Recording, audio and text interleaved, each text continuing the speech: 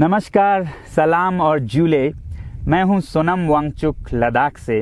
आप में से कुछ लोग हमें जानते होंगे हमारे शिक्षा सुधार के कामों के बारे में, या फिर पर्यावरण के काम में आइस स्तूपा, आर्टिफिशियल ग्लेशियर जैसे कामों के लिए, या फिर आई लिव सिंपली जैसे ग्लोबल मूवमेंट्स जो कि सादा जीवन अपनाकर क्लाइमेट चेंज को रोकने के लिए लोगों को प्रेरित करती है। मगर दोस्तों, आज मैं इन चीज़ों के बारे में नहीं बल्कि आप लोगों को एक बहुत ही ज़रूरी संदेश देने के लिए आया हूं, जो कि चीन और भारत के बीच अभी जो टकराव और तनाव की स्थिति बनी है, इसके बारे में आपकी क्या जिम्मेदारी है।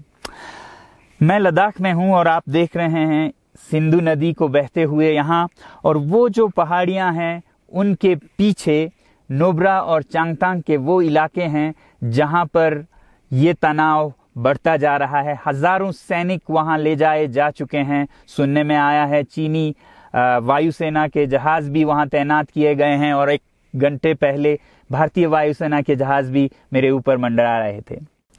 सामान्यतः जब सीमा पर तनाव होता है तो हम आप जैसे नागरिक ये सोचकर सो जाते हैं रात को कि सैनिक इसका जवाब दे देंगे। मगर मैं आज आप लोगों को ये ज़रूरी बात बताना चाहता हूं कि इस बार सिर्फ सैनिक जवाब नहीं, दो तरफा जवाब हो और उसमें नागरिक जवाब भी हो। तो आप जैसे नागरिक दिल्ली, मुंबई और बेंगलोर और अनेक शहरों से क्या कर सकते हैं इसमें, ये समझने के लिए पहले हमें समझनी होगी चीन की ये हरकत और वो ऐसा क्यों कर रहा है।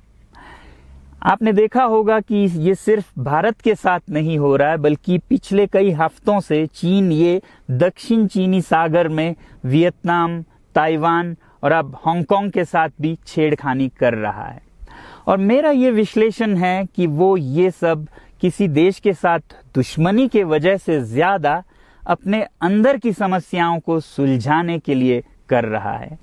आज चीन को सबसे बड़ा डर है तो अपने जनता से डर है। उनकी 140 करोड़ की आबादी, जो कि एक बंधुआ मजदूर की तरह बिना मानवाधिकारों के चीनी तानाशाह सरकार के लिए काम करते हैं और उसे धनी बनाते हैं। जब वो नाराज हो जाए तो फिर एक क्रांति की सी परिस्थिति बन पड़ती है, और इससे चीन बहुत डरता है। आज कोरोना के प्रकोप के बाद चीन में फैक्ट्रियां बंद हैं, एक्सपोर्ट्स बंद हैं और बेरोजगारी 20% तक बढ़ चुकी है। लोग बहुत नाराज हैं, क्रांति हो सकती है, तख्ता पलट हो सकता है। इसीलिए चीन पड़ोसियों से दुश्मनी करके अपनी जनता को अपने साथ जोड़ने में लगा हुआ है, और ये पहली बार नहीं कर रहा है। 1962 में जब भारत के साथ जंग की तो वो जंग भी उसने अपने जनता को संभालने के लिए की थी। तब 4 साल का अकाल और भूखमरी हुई थी, और इससे ध्यान हटाने के लिए ये जंग की थी। चीन के लिए अपनी जीडीपी और जो खुशहाली है उसे बढ़ाते रहना बहुत ही जरूरी है, और जिस दिन जीडीपी घट जाए वहां की जनता क्रांति के लिए तैयार है। मैं तो कहता हूं कि इस बार भारत की बुलेट पावर से भी ज्यादा वॉलेट पावर काम आएगी, जो नागरिक पैसा खर्चते हैं चीन के सामान को खरीदने में। जरा सोचिए, हम आप भारतीय उद्योग को मारकर चीन से मूर्तियों से कपड़ों तक हर साल 5 लाख करोड़ के सामान खरीदते हैं, और फिर यह पैसा आगे जाकर हमारे सीमा पर हथियार और बंदूक बनकर हमारे सैनिकों के मौत का कारण बन सकती हैं।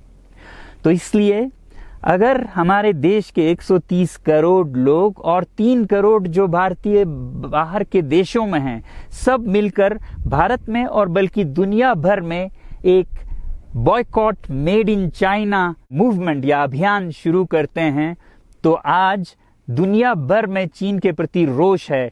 हो सकता है कि सारी दुनिया साथ आए और इतने बड़े स्तर पर चीनी व्यापार का बॉयकॉट हो कि चीन को जिसका सबसे बड़ा डर था वही हो, यानी कि उसकी अर्थव्यवस्था डगमगाए और उसकी जनता रोष में आए, विरोध और तख्ता पलट। और अगर हम ऐसा नहीं करते हैं तो कितनी बदनसीबी की बात होगी भारत के लिए, ज़रा सोचिए। एक तरफ हमारे सेना सीमा पर जंग लड़ रही होगी और दूसरी तरफ हम आप चीनी सामान, मोबाइल से लेके कंप्यूटर्स, कपड़ों से लेके खिलौनों तक को खरीद कर उनकी सेना को पैसा भेज रहे होंगे, चीन की सेना को। ये तो हुई हार्डवेयर की बात। दूसरी तरफ हमारी युवा चीनी सॉफ्टवेयर, एप्स, गेम्स जैसे टिकटॉक, शेयरिट, इन सब में मस्त, उन्हें दूसरी तरफ से करोड़ों करोड़ों का पैसा भेज रहे होंगे।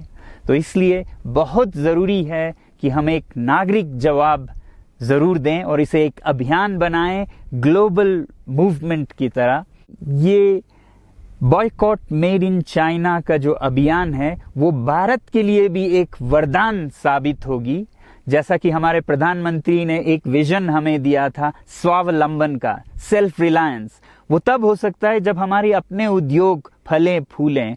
और जब हम बॉयकॉट करते हैं इन सामान का तो अपने देश के उद्योग का, उत्पाद का हम प्रयोग करेंगे और उससे मजदूरों को रोजगारी मिलेगी और सारा देश खुशहाल होगा। बजट होगा कि हम और अच्छी तरह से टक्कर ले सकें सीमा पर भी। तो इसके लिए मैं आप लोगों से अपील करता हूं कि जहां तक एप्स और सॉफ्टवेयर की बात है तो हमारे युवाओं को एक हफ्ते में उन्हें अनइंस्टॉल करना चाहिए। Boycott made in China, software in a week and hardware in a year. क्योंकि साजो सामान के लिए वक्त लगेगा हमारे अपने देश से और बाहर से विकल्प निकलने तक, तो उसे हम 1 साल के अंदर कर सकते हैं। तो ये हम न सिर्फ अपना प्रतिज्ञा करें बल्कि 100 और लोगों को इसके बारे में समझाएं, शेयर करें सोशल मीडिया पर, और हमारी जो मीडिया है वो जनता तक, देश के कोने कोने तक पहुंचाए। और जैसे ही इसका असर दिखने लगेगा, इंटरनेट से एप्स लाखों में, करोड़ों में अनइंस्टॉल होंगे, तो चीन को संदेश साफ जाएगा और यही एक तरीका उसे मेज पर पहुंचा सकती है जहां पर की बातचीत हो शांति की। तो जाते जाते मैं ये बता दूं कि मैं क्या करने जा रहा हूं। इस फोन पर जो भी चीनी ऐप्स हैं उन्हें तो मैं 1 हफ्ते में हटा रहा हूं, बल्कि ये फोन जो कि चीन में बना है इसे भी मैं 1 हफ्ते में अपनी जिंदगी से अलग कर रहा हूं और 1 साल के अंदर हर वो चीज जिस पे मेड इन चाइना लिखा है उसे जिंदगी से निकालने जा रहा हूं। हमें चीन से, चीनी लोगों से कोई समस्या नहीं है, चीनी सरकार और उनकी रवैयों से समस्या है। जब तक चीन में परिवर्तन ना हो हमें ऐसा करना होगा। और आप लोगों से मैं अपील करता हूं कि आप अपने शहर में, अपने मोहल्ले में ऐसे इवेंट्स करें जहां लोग प्रतिज्ञाएं करें कि चीनी सामान का बहिष्कार करें जब तक चीन में परिवर्तन ना हो। और मैं सालों से कहता रहा हूं कि 21वीं सदी में देश के लिए जान देने की नहीं बल्कि जिंदगी देने की जरूरत है। लद्दाख में बढ़ते हुए ये देश के लिए जान देने का कारोबार बहुत देखा, और जहां एक तरफ मैं सलाम करता हूं उन लोगों के लिए, उन लोगों को जिन्होंने देश के लिए जान दिया, मगर इस 21वीं सदी में मेरा ख्याल है कि देश के लिए जान देने की नहीं, जिंदगी देने की जरूरत है।